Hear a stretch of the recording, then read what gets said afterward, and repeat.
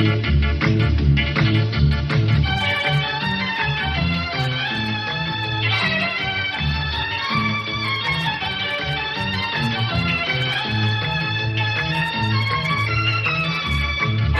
kız söyledim kıyret, seni bülbülken bitmem.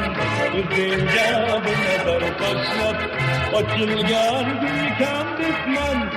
Tüm aklı hayalimden, üzünce beni dip koydun. Siyah sakin yarayha, beyazın bulmuşken bitmem.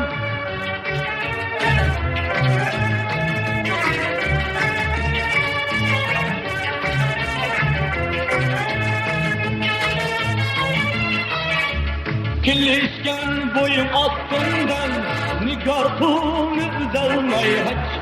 Mavayı suretimi yazgen, ferizat şumiken bitmem. Bizim devrede bizler kız, sende bir tut. Seni imde canım şahı, alamin kuyken bitmem.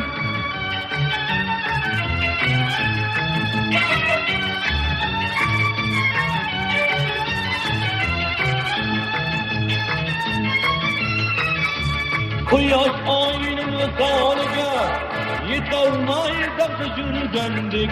Senin aslını yetmahım, mengem üstünlüken bitmem. Köyün cismen hayalimde, sular kütke. Yanıp ben ende bulgarım, fakat bir kızlıken bitmem. Güzel kız söyledim söylep, seni bülbülmüken bitmem. Üzünce bir nazar taşlap, açılgan gülken bitmem. Üzünce bir nazar taşlap, açılgan gülken bitmem.